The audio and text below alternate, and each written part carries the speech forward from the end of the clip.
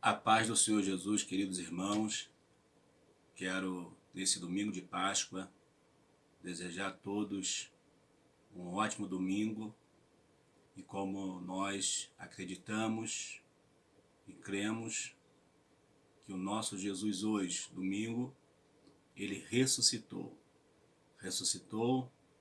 renovando todas as nossas esperanças, renovando a esperança dos discípulos, dos apóstolos e também renovando a esperança da igreja, renovando a esperança do povo que acredita na sua palavra. E hoje estamos aqui para mais uma lição, a nossa segunda lição deste trimestre, que hoje tem como título A Sublimidade das Bênçãos Espirituais em Cristo Jesus.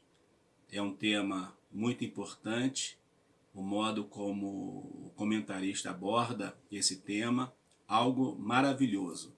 E acredito que você, meu irmão, minha irmã, aonde você estiver estudando, você vai ser grandemente abençoado e abençoada pela presença do Senhor. Se você puder, curve a sua cabeça, vamos falar com Deus. Deus e Pai, eu quero te agradecer nesta manhã de domingo, em que estamos celebrando o Senhor, a vida do Senhor, a vida que o Senhor tem nos proporcionado. Eu quero lhe pedir que o Senhor possa abençoar todos que estão neste momento comigo e estarão estudando a tua poderosa palavra. Amém. A palavra do Senhor hoje, ela vai tratar sobre a nossa natureza antes de encontrarmos com o Senhor e depois que nós temos o encontro com o Senhor e Salvador Jesus Cristo.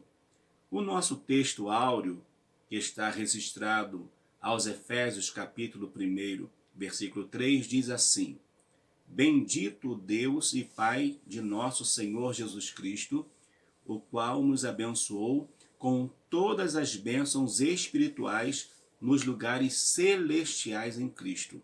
Tá vendo? Você e eu, em Cristo, nós fomos abençoados com todas as bênçãos espirituais. Não ficou sequer uma bênção para trás que o Senhor não tenha nos dado. Não, Deus nos deu todas as bênçãos.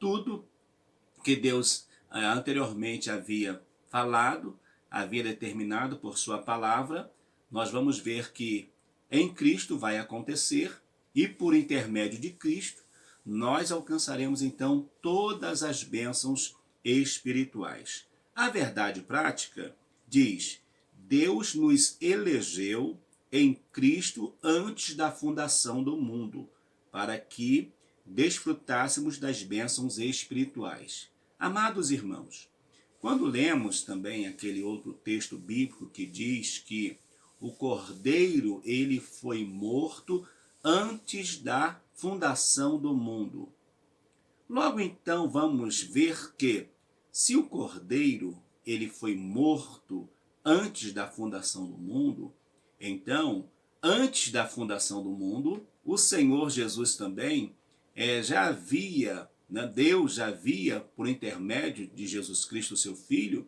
ele já havia determinado todo o plano de salvação, todas as coisas. Deus não foi pego de surpresa, não. Deus, ele já havia tudo determinado. E esta salvação, como diz aqui, ela aconteceu antes da fundação do mundo.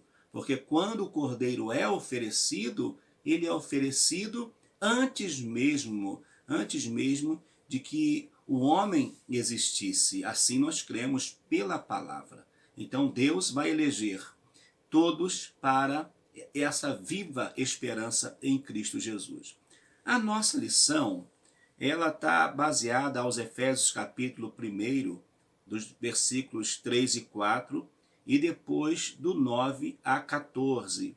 Eu vou deixar que você faça essa leitura, tá bom? Você dá uma pausa no vídeo e faça essa leitura. Eu só vou ler repetindo aqui o versículo 3, que diz assim: Bendito o Deus e Pai de nosso Senhor Jesus Cristo, o qual nos abençoou com todas as bênçãos espirituais nos lugares celestiais em Cristo, como também nos elegeu nele antes da fundação do mundo, para que fôssemos santos e irrepreensíveis diante dele em amor. Eu li os versos 3 e 4. E o irmão e a irmã pode fazer toda essa leitura até para o seu crescimento espiritual. Essa nossa lição, ela tem como objetivo geral esclarecer as bênçãos espirituais concedidas por Cristo Jesus, e nos tópicos que vamos estudar, nós temos os objetivos específicos, que são refletir a respeito da nossa nova posição em Cristo, evidenciar a realidade de uma vida cristocêntrica neste mundo e explicitar que o Espírito Santo desempenha importante papel no plano de salvação. Vamos lá na nossa introdução.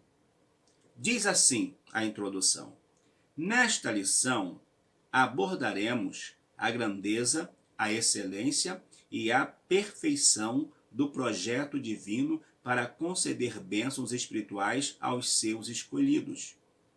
Desde a eternidade aprove a Deus executar um plano de restauração e reconciliação com a humanidade caída. Por isso que, na carta, o apóstolo Paulo se mostra profundamente agradecido pela revelação do mistério que estivera oculto desde todos os tempos. Ele nos convida a louvar, a glorificar a Deus pela sua bondade, misericórdia para com todos os pecadores. Essa introdução, ela é rica nas informações que o comentarista ele já transmite para nós. Ele vai dizer então que o estudo que abordaremos vai tratar acerca do plano de restauração e reconciliação com a humanidade caída. O interessante é que quando a humanidade cai, ou quando Adão e Eva caem lá no Éden, Deus já vai pensar em trazer ao homem uma resposta sobre aquela situação.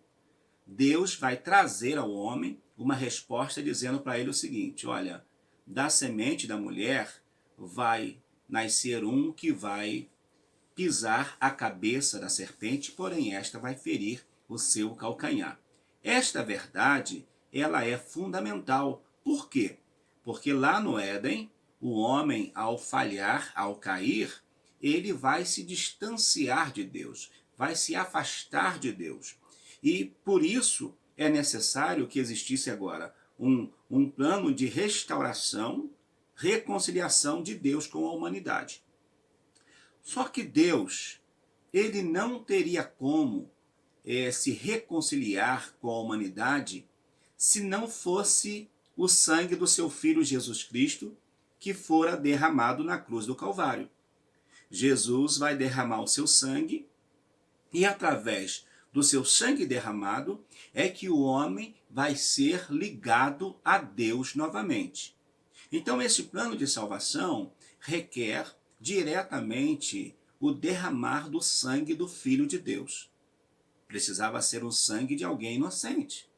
Inclusive, todos os sacrifícios do Antigo Testamento vai estar registrado que eles não arrancavam ou tiravam pecado, mas todos aqueles sacrifícios com aqueles sangues derramados somente cobriam pecado. Mas quando Jesus vem, o testemunho que a Bíblia vai dar dele é que eis aí o Cordeiro de Deus que tira, que arranca o pecado do mundo. Então, por esta introdução, nós vamos ver que esta revelação, ou este projeto de Deus para com a humanidade, ele esteve oculto por muitos anos, por décadas, por milênios, por um espaço de tempo que nós não saberemos jamais precisar. Mas o interessante é que quando chega o tempo de Deus, que nós vamos estar falando mais à frente sobre isso, quando chega o tempo de Deus, Deus vai cumprir a sua palavra. Deus vai cumprir a sua promessa, como diz Gálatas, que vindo a plenitude dos tempos, Deus envia Jesus, o seu Filho, nascido de mulher sob a lei. Então, o Pai vai estabelecer o momento exato de enviar o seu Filho. E glória a Deus, porque Jesus veio e em Jesus Cristo o plano de salvação ele é concretizado. Amados, o plano de salvação em Cristo ele não é eficiente. O plano de salvação em Cristo ele é eficaz. Por que é eficaz? Porque não precisa que outra pessoa morra para alguém alcançar a salvação. Jesus Cristo morreu uma única vez e através da sua morte, o derramar do seu sangue, ele pôde salvar homens de toda raça, de toda tribo, de toda língua, povo e nação. Amém, queridos? Vamos então para o nosso primeiro tópico, que vai falar sobre a nova posição em Cristo. Nós vamos falar sobre a doxologia, as bênçãos espirituais e a nova condição que nós alcançamos em Cristo. Então, nós vamos ver aqui, na palavra do Senhor nosso Deus, nesse texto maravilhoso, bem elaborado, bem desenvolvido pelo autor, a forma como Deus vai procurar se relacionar com o ser humano que estava caído, que estava distanciado dele. Diz assim, segundo o nosso comentarista: no passado estávamos perdidos e condenados à morte eterna, mas por sua infinita graça, Deus nos outorgou em Cristo o privilégio da salvação. Então o Senhor outorgar é o quê? É dar como favor. Eu não merecia e nem você merecia a salvação. Mas o Senhor nos deu a salvação de presente. Nós ganhamos a salvação de presente na pessoa bendita de Jesus Cristo. Através de Jesus, eu e você não devemos mais nada em relação a pecado para ninguém, inclusive para o inimigo de nossas almas. Aquele que nos oprimia não tem mais o poder de assim o fazer. Por quê? Porque Jesus Cristo, ele nos deu esse direito quando ele vai à cruz e se rende por nós. Então nós vamos ver que, número 1, a doxologia. Após expor os versículos da abertura da epístola, o apóstolo Paulo apresenta uma sequência de textos que se caracteriza pela verdadeira adoração e bondade ativa de Deus. Ele começa pela frase: bendito Deus e Pai de nosso Senhor Jesus Cristo, onde bendito significa digno de louvor. Quando eu e você estamos na igreja e dizemos bendito seja Deus, eu estou dizendo o louvor deve ser dado para Deus, porque Deus é o único digno de louvor. O Senhor, como diz aqui o comentarista, ele é maravilhoso, ele é maravilhoso e ele é digno de receber tributos, honra, glória, louvor e adoração. Então eu e você temos esta finalidade de estarmos reconhecendo a obra salvífica do nosso Senhor e Salvador Jesus Cristo. E com isso, nós vamos agradecer a Deus, louvar a Deus, exaltar a Deus por tudo. Diz assim, nesse trecho bíblico trata-se de um hino teológico de gratidão, caracterizado pela repetição do seguinte refrão: para louvor e glória da sua graça. Então, queridos, nós vamos ver aqui o Pai sendo adorado, né? O Filho também, ele é adorado. Nós vamos ver aqui a importância que nós temos em adorá-lo. Eu devo adorar a Deus Pai, eu devo adorar a Deus Filho e devo adorar a Deus Espírito Santo. Então, eu devo render-lhe gratidão ao Senhor por tudo que Ele tem proporcionado na minha vida espiritual. Você também precisa fazer isso. Você precisa também reconhecer que, sem Jesus Cristo, a sua vida, olha, não tem sentido. A sua vida não tem um rumo certo, não tem uma direção certa, não tem um caminho certo. Mas quando eu reconheço e o louvor a Deus, colocar Deus como digno, é no sentido de que eu vou entronizar Deus como sendo alguém principal, alguém primordial na minha vida. Deus precisa ser. Eu preciso colocar Deus como alguém fundamental para mim, em todos os momentos. Obviamente que as bênçãos espirituais não são materiais, mas provenientes dos lugares celestiais, isto é, do reino espiritual. Essas bênçãos são mencionadas na longa passagem de Efésios, capítulo 1, de 3 a 14, tais como: Deus nos elegeu para sermos santos, predestinou-nos para sermos filhos, nos fez agradáveis para si, nos remiu por meio do seu sangue, acolheu-nos por meio da sua vontade redentora, revelou-nos a palavra da verdade, selou-nos com o penhor do Espírito Santo. Então nós vemos nesse capítulo 1, praticamente, o esboço de toda a carta.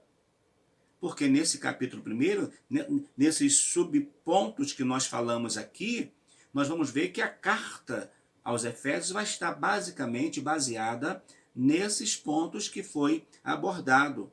Agora eu quero dizer para os irmãos, especificamente nesta lição, que nós não abordaremos o assunto eleição e predestinação, porque pode ser que alguém entre para participar da aula, mas você não vai ver nesta aula sendo abordado sobre predestinação e eleição. A predestinação e eleição nós trataremos na aula do próximo domingo, tá bom? Aí vai ser um tema só voltado para eleição e predestinação. Inclusive, nós sabemos que isso aí dá uma corrente de muito debate, de muitos embates entre várias personalidades cristãs, enfim, evangélicas, mas não é esse sentido que nós estaremos tratando, até porque os grandes pensadores, os grandes estudiosos levaram centenas de anos para chegar a uma conclusão e não chegaram. Não vai ser nós, com uma aula de 45 minutos, que vamos conseguir atingir o ápice dessa matéria. Não, com certeza não, tá bom? Então, nós, em Cristo, nós recebemos as bênçãos espirituais. Em Cristo, nós estamos assentados nos lugares celestiais. Em Cristo, eu e você recebemos as bênçãos provenientes do Calvário. E as bênçãos provenientes do Calvário não é para esta vida somente. As bênçãos que vêm do Calvário nos leva a herdar a vida eterna, a viver com Cristo a vida eterna. Então, queridos, essas bênçãos espirituais, ela não tem nada a ver com as bênçãos materiais que nós recebemos. Por exemplo, o ímpio desfruta da bênção do sol, do ar, do calor, do frio, a bênção de ter uma água, a bênção do alimento. E, no entanto, ele não adora a Deus, não louva a Deus. Então, as bênçãos espirituais não são para os carnais. As bênçãos espirituais é para aqueles que são espirituais. Então, se você é espiritual, a bênção de Deus é para você. Então, eu profetizo sobre a tua vida, receba em nome de Jesus todas as bênçãos espirituais. Então, queridos, e essas bênçãos que recebemos de Deus são todas. Deus não deixou nenhuma para trás, não. Nós em Cristo já recebemos todas as bênçãos. O que nós precisamos, sabe o que é? É tomar posse de todas elas. Não deixe a dúvida entrar no teu coração. Meu irmão, minha irmã, amigo que está assistindo, quem sabe, entrou nesse link e você está comigo agora, então não deixe passar as bênçãos espirituais.